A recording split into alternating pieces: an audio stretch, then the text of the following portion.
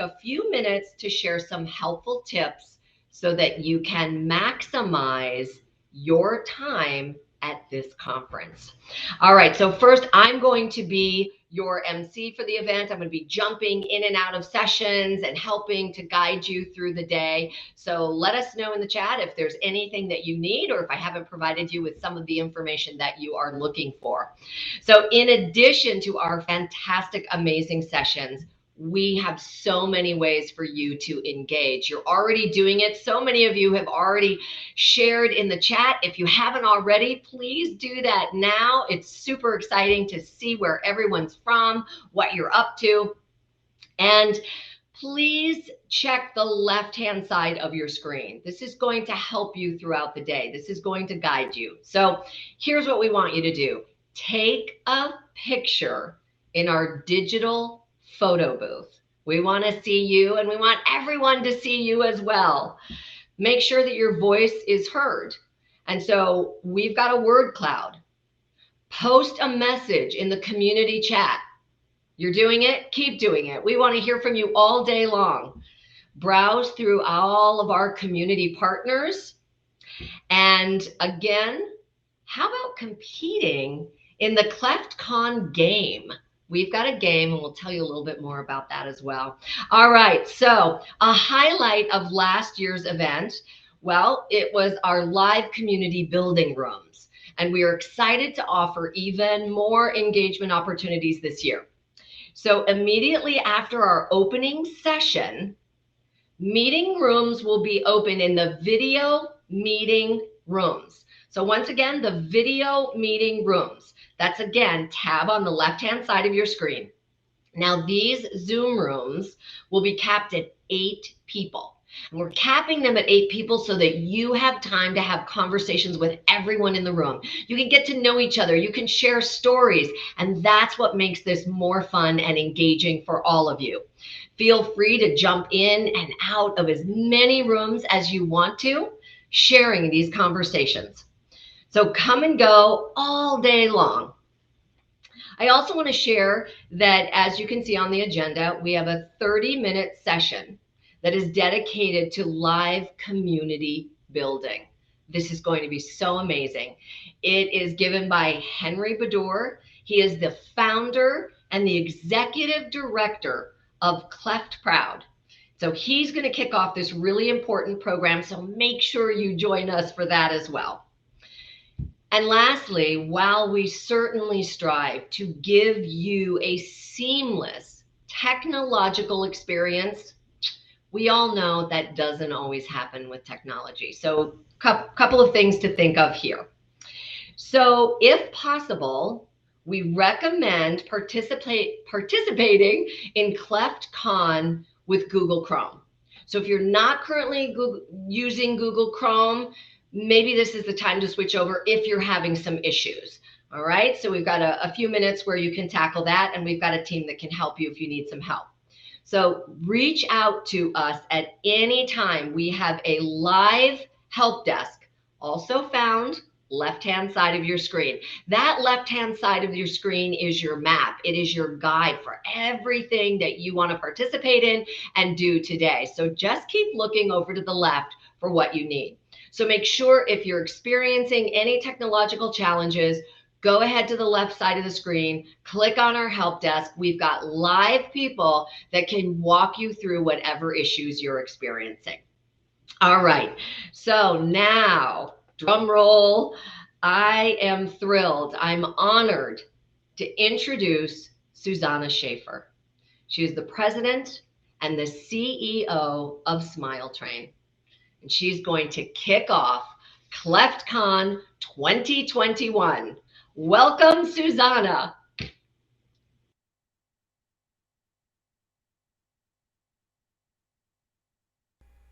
Hello, everyone. I'm Susanna Schaefer, President and CEO of Smile Train, and it's my privilege to welcome you all to CleftCon, the yearly conference by and for the Cleft community. We are so excited you're all here to be a part of this special day. We and our partners have been looking forward to this event since last year's CleftCon, and it's hard to believe it's finally here. We have a full schedule planned filled with speakers, roundtable discussions, open space to introduce yourselves and make new friends, a fantastic community partners hall that I encourage you all to check out, and a special art project at the end that I know I'm especially looking forward to. Of course, as we all know, everything about Cleft Care requires a team effort. CleftCon is no different. That's why I'd like to give a big shout out to all of the speakers, moderators, community partners, and volunteers who have dedicated their time to making today a success. Now, before we begin, I have one request of all of you, and myself included. It's the same one I made last year, but I think it bears repeating.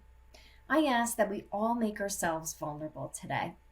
I know that many of us have spent our whole lives trying our hardest not to seem awkward, and that it can be pretty uncomfortable to open yourself up to vulnerability in a Zoom room filled with people you don't know yet. But you know what? We're really not strangers. We've all come together here as a community of people who are either cleft affected ourselves or have dedicated our careers to fighting for this cause.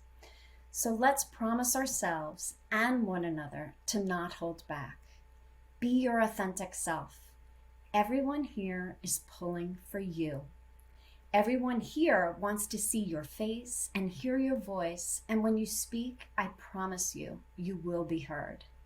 Together, let's make this a day of sharing and educating, of making new friends and building a community that's truly Cleft strong, and maybe just a little bit awkward.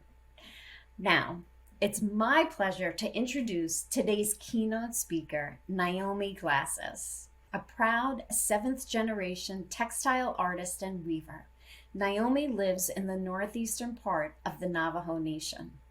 Among other roles, she has served as a Creative Futures Collective Fellow, and her work has been featured by Sephora and Vogue. She was also born with a bilateral cleft lip and palate.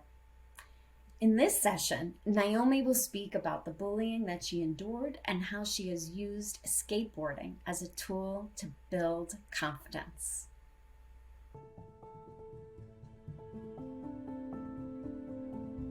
My name is Naomi Glasses. I am from Rock Point, Arizona, which is a small town on the Navajo Nation. I first realized I had a cleft lip when I noticed that I was going to a doctor more frequently. And my doctor was also very matter of fact with me, and he would tell me like, oh, you have a bilateral cleft lip and palate. So I had that attitude from a very young age that, oh, this is what I was born with, but it's getting fixed right now. I would get picked on a bit more. Even if it wasn't directly about my cleft, it was things that were included within my cleft, like my difficulty sometimes saying certain things. I went through a hiccup in self-confidence where it was very hard to talk to people because I would have to constantly repeat myself. My voice was hyper nasally. So whenever I talked, a lot of people couldn't really understand what I was saying. It got frustrating having to constantly repeat myself. So I just would be like, you know what, I'll just stay quiet. Realizing like, hey, your voice doesn't sound like that anymore. You can get out there, you can go talk to people. People will understand you, and it's gonna be perfectly fine. And that I think that has been the hardest part of this whole journey, where I couldn't fully express myself to people because I was basically silent for like a whole year. I had a really great support system at home. To me, it didn't matter what kids were saying at school, and whatever things were going on in school, it would melt away as soon as I got home and was with my loving family. In my free time, I would just find things to do that would take my mind off of the bullying. I would find little spaces where I felt good and where I felt like there was no judgment. So like I used to draw a lot. I used to skateboard a lot. I started skateboarding when I was 5, and I've been skateboarding on and off since then. It was a good way to get away, and it was a meditative time for me that provided me a lot of peace. As I've gotten older, skateboarding has remained that same meditative spot for me. So if things ever get like overwhelming to me, or it just feels like it's too much, I'll just grab my skateboard and go skate. I got into weaving when I was 16, and at that time it was to help my brother and my grandma with their weaving. But then it wasn't until I turned 18 and was ready to graduate high school that I was finally able to go and like start my own rug. And it was a saddle blanket. I think as soon as I finished that one, that's when I realized, hey, I really like doing this and I'm going to stick with this. I really like being creative, and I feel that by weaving, it really helps me express my creativity. I've been able to use social media to sell my weavings. It's been a great tool for me to meet new people and share a bit of my life here on the Navajo Nation. My following had started growing when I was really sharing a lot about my weavings and my day-to-day life here on the Navajo Nation. And then it got a big jump in follows once I posted that I skateboarded, because I don't think a lot of people knew that at that time. It was a set of photos of me skating at the skate park, and it went viral. And it like brought a whole bunch of new followers to my page.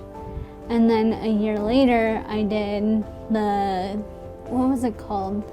The dog face challenge to that one song. I was holding my little cranberry juice box and I was skating down a sandstone as that song played, and that really brought a big boost in followers after that.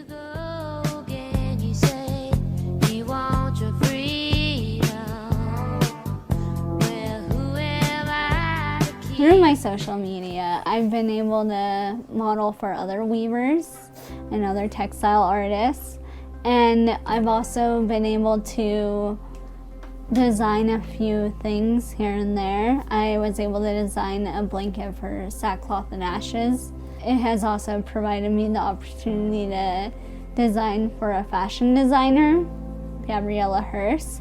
I was able to design the layout of the weaving, and then we had another weaver weave it. When I started weaving when I was 18, I didn't imagine that it would take me as far as it's taken me so far. But I started treating it like a career once I was 18 and made my first rug weaving. And so I'm really happy to know that it's taken in as many forms as it has. My grandma Nellie always told me that weaving will make a life for you, and to now look back at what weaving has done for me up to this point, it's amazing to know that it's because of weaving that all of this has happened, and her words have stayed true. A lot of people messaged me and told me, hey, I was born with a bilateral cleft lip and palate, and your story helped make me feel so beautiful, and your words were so encouraging. And it's crazy for me to see it like that, because if I think about it, there hasn't been much cleft representation ever, really.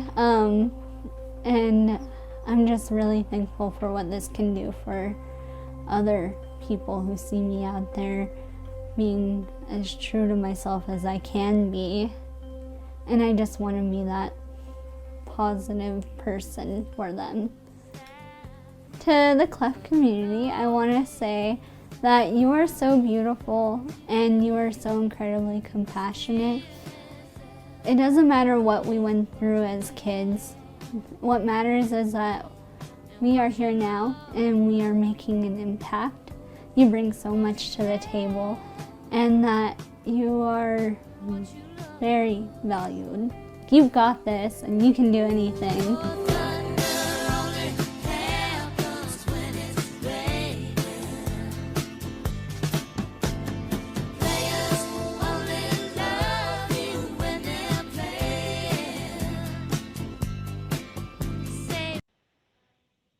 Wow.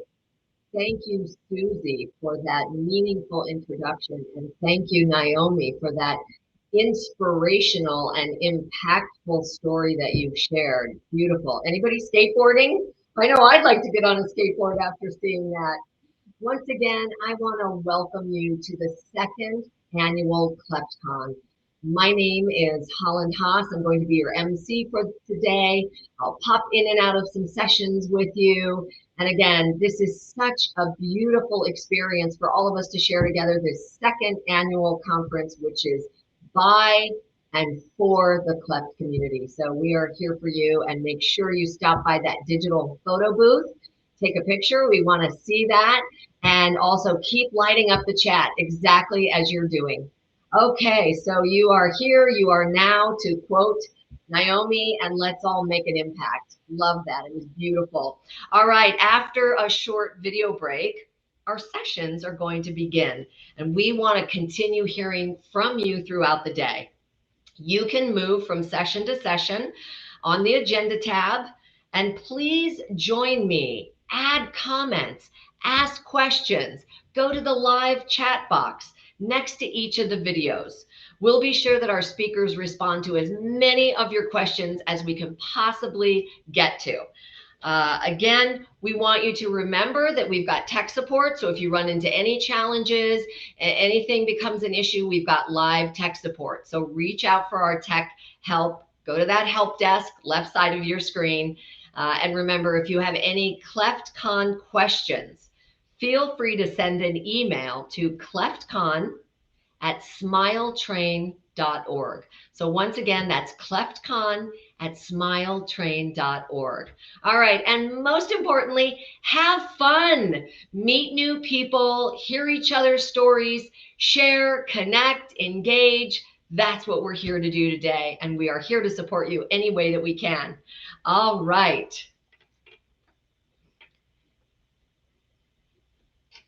Next up, we'll see you in a couple of seconds for a session.